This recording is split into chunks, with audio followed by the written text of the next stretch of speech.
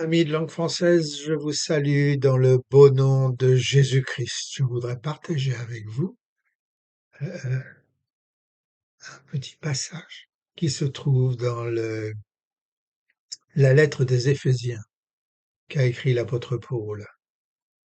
Elle se trouve au chapitre 3, verset 8. À moi qui suis le moindre de tous les saints, cette grâce a été accordée d'annoncer aux païens les richesses incompréhensibles de Christ. Richesse inépuisable, incalculable, richesse qui ne manque jamais, qui n'ont pas de fin,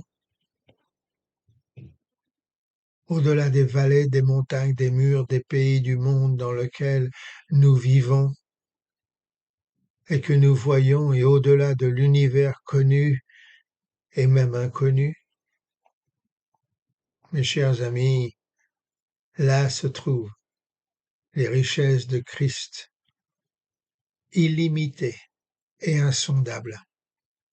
Et puis dans notre texte, l'apôtre ajoute « à moi qui suis le moindre de tous les saints ». Et voilà un passage qui est bien surprenant. Les incompréhensibles richesses, moi, et plus loin, à moi, le moindre des saints. Et imaginez que vous êtes au sommet du mont Everest et qu'entouré de neiges éternelles, de pics plus hauts que tous ceux que vous connaissez, vous considériez sa grandeur. Les nuages circulent au-dessus de vous, un paysage s'étend à perte de vue. Les incompréhensibles richesses pour moi. Et puis je regarde une petite abeille explorant les fleurs dans mon jardin. Et je pense au beau jardin de la petite ville de Bridgewater dans le Somerset où j'habite, recouverte de plantes multicolores. Aux fleurs qui, à cette époque de l'année, s'épanouissent dans les vallées, les parcs, les vallons, le long des ruisseaux, dans les profondeurs des plaines. Mon imagination me conduit plus loin encore, vers des endroits exotiques où poussent des plantes plus extraordinaires les unes que les autres, données comme au Brésil, par exemple. Et puis je reviens à ma petite abeille, explorant l'univers floral qui l'entoure. Que de découvertes lui reste. Telle affaire. Des découvertes inconcevables, incalculables, inépuisables. De même pour l'apôtre Paul, les richesses trouvées en Christ sont inexplorables, intarissables, incommensurables. Aucune représentation du Christ ne peut satisfaire complètement celui qui la contemple. Aucun écrit ne peut exprimer, expliquer, voire dépeindre pleinement la personnalité et le caractère du Christ. Il manque toujours quelque chose à la représentation que l'on nous donne de notre Sauveur. Notre cœur insatisfait veut plus, voir plus, entendre plus, comprendre plus sur Jésus. La musique peut nous faire entrevoir la beauté, la grandeur, la gloire de Christ, mais cela ne satisfait toujours pas notre âme, assoiffée de la connaissance de notre Sauveur. Voilà ce qui fait dire à l'apôtre, à moi qui suis si petit, la joie de découvrir les richesses incompréhensibles de Christ. Et ce n'est pas seulement l'immense besoin de le découvrir que notre Seigneur a suscité en nous. Il a également suscité chez nous, les chrétiens, un besoin profond de connaître Dieu le Père, et de nous connaître nous-mêmes et de connaître notre prochain.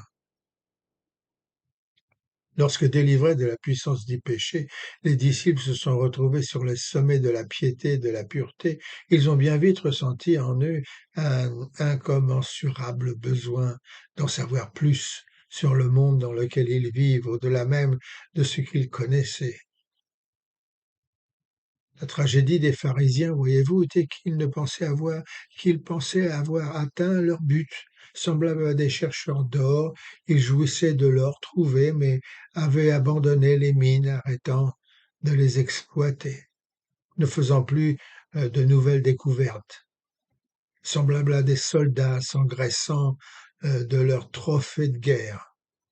Ils étaient devenus trop gros pour retourner au combat. Le Seigneur Jésus a éveillé en nous le besoin de regarder toujours plus haut, toujours plus loin, afin que lorsque nous atteignions un sommet avec lui, que nous ayons la joie d'en découvrir un autre, plus haut, plus beau, incompréhensible richesse. Les richesses du monde s'amoindrissent, les abondants, les abondants fleuves et rivières s'épuisent, les ressources humaines s'appauvrissent, mais la richesse de Christ, les richesses de Christ sont inépuisables, toujours pertinentes, toujours actuelles.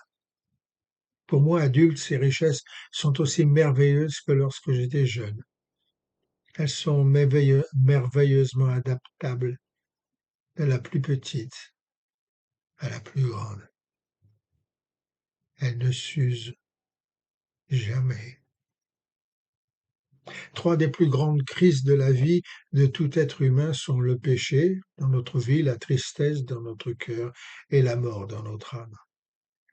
Et sur ces trois crises, toutes les philosophies existantes peuvent être testées.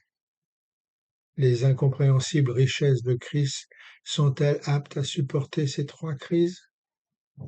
Cet océan de grâce est-il comparable à ces petites flaques d'eau sur lesquelles les enfants frappent du pied, ou peut-il supporter l'immense paquebot qu'est notre vie?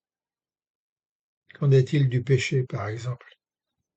Les richesses insondables de Christ ont-elles la force de nous libérer de l'emprise du péché?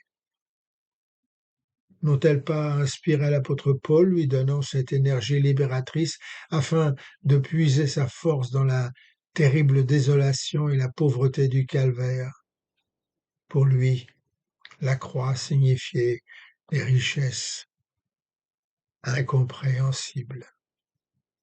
Le lieu où les puissances de l'amour et de la grâce de Dieu se trouvèrent confrontées aux puissances de la culpabilité et du péché et remportèrent la victoire contre eux, afin que là où le péché abonde, la grâce abonde encore plus.